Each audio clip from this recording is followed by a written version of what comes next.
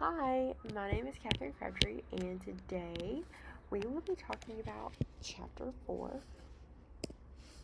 So, in Chapter 4, we have the prokaryotes. We have their habitats anywhere. They are found on and within the human body.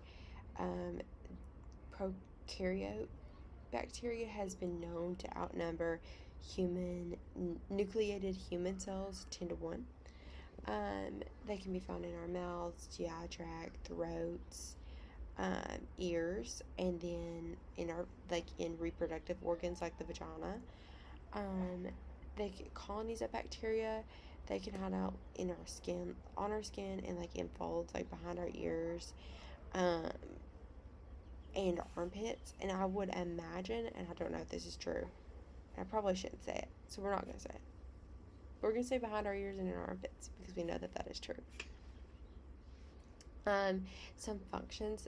Prokaryotes are essential for the stability of the ecosystem. They fix and recycle elements for use. So, we rely on them to take carbon dioxide and turn it into products we can use. We also rely on nitrogen fixation, which is whenever nitrogen is converted into ammonia.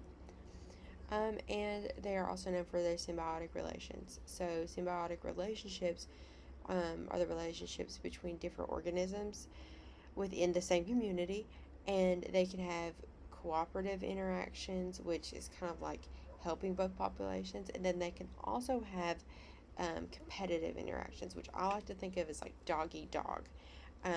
So you're fighting over the same resources. So we're going to talk about symbiosis and the different types of relationships we see in symbiosis. So, mutualism is whenever both populations are benefited, and I like to think of this as we are mutuals, we are even, we are friends. And then we have amensalism, and that is whenever one population is harmed and the other is completely unaffected. Kind of like killing off a bacteria, like a production killing off another bacteria. And then we have commensalism, which is whenever one is being helped and the other population is unaffected. So I kind of think of commensalism as, well, I guess that would be kind of more mutualism. But an example that I want to talk about is a whale and the fish that kind of follow it. If you've ever seen any nature documentaries of a whale, you might see these little tiny fish riding behind or even on the whale, and they are eating the bacteria off the whale. And this is kind of helping the fish, and it's not harming the whale because they're eating the bacteria out of the whale. The whale has no use for this bacteria, and the fish are getting fed. Another symbiosis relationship that we're going to see is neutralism. So, no harm, no foul. They are both not being harmed by the interaction.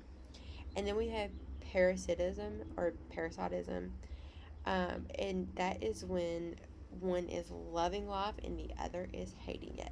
So I like to think of this in urgent care. We see this STD. It's called trichomoniasis, and in trich is a parasite. And you test for that with a multivaginal panel.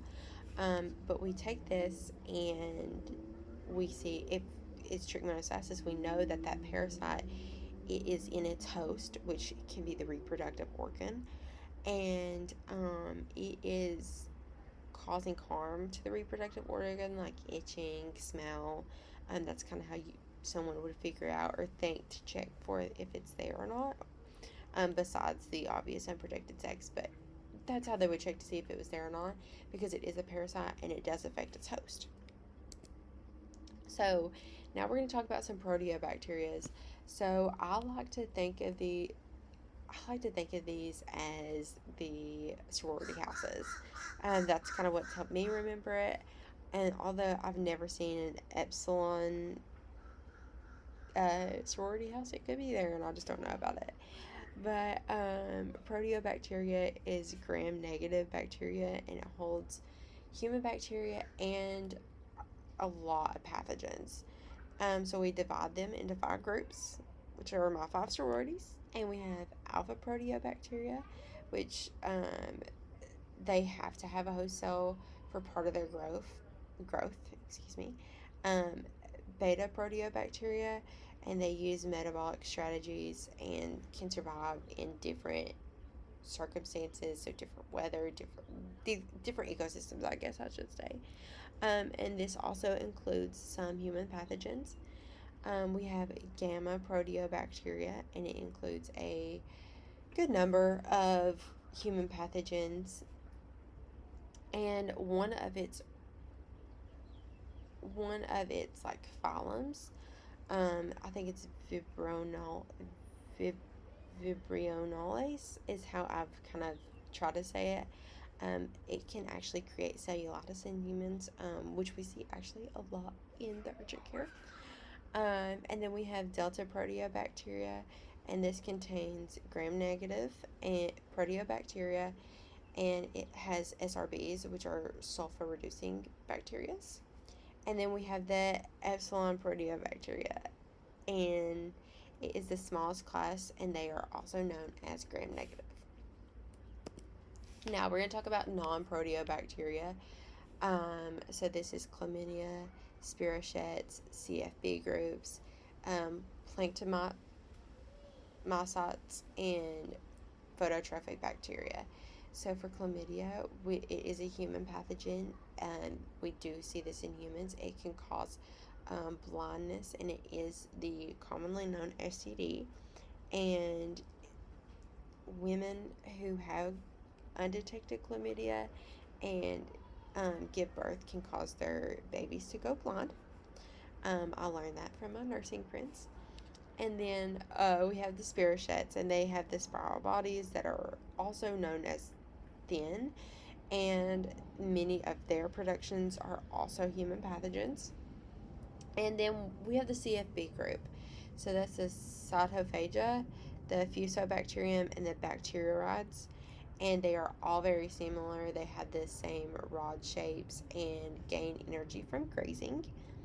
And then we have the planktomocytes, and they are found in water, fresh, salt, I think brackish, and it's kind of like really any water that I can think of. And then we have the phototrophic bacteria, and I think of photosynthesis when I see photosynthesis. And they use the sun to generate, and they come in many different colors. So now we have the gram-positive bacteria. Gram-positive, they are prokaryotes that have a multi-layer of peptidoglycan, and they are seen with a crystal violet coloring. We have high gram-positive bacteria, and this is actinobacteria, which is a high gram-positive bacteria, and some are very large, and others can be simple and independent, and they are also seen in very diverse environments. So they are diverse in size and diverse in environment. And then we have the low GC gram positive bacteria. And that's they have less than 50% guanine and cytosine in their DNA, which kind of makes them different. And then we have the mycoplasmas. Mycoplasmas are in the low GC group, and there are many different types of mycoplasmas that we can see. And then we have the archaea. So archaea are unicellular organisms that have differences in their composition, like in their cell walls and their sizes, and they do tend to be larger. And then we have the Crenarchaeota, excuse me, I'm so sorry. Diverse and different is how I like to think of these. They have different growth requirements, they like warmer temperatures, and they are able to bind to toxins. And then we have the Euryarchaeota, and many other groups fall under the phylum of like being described as methanogens. I'm sorry. and they can reduce like the amounts of carbon dioxide when hydrogen is present, and they can produce methane.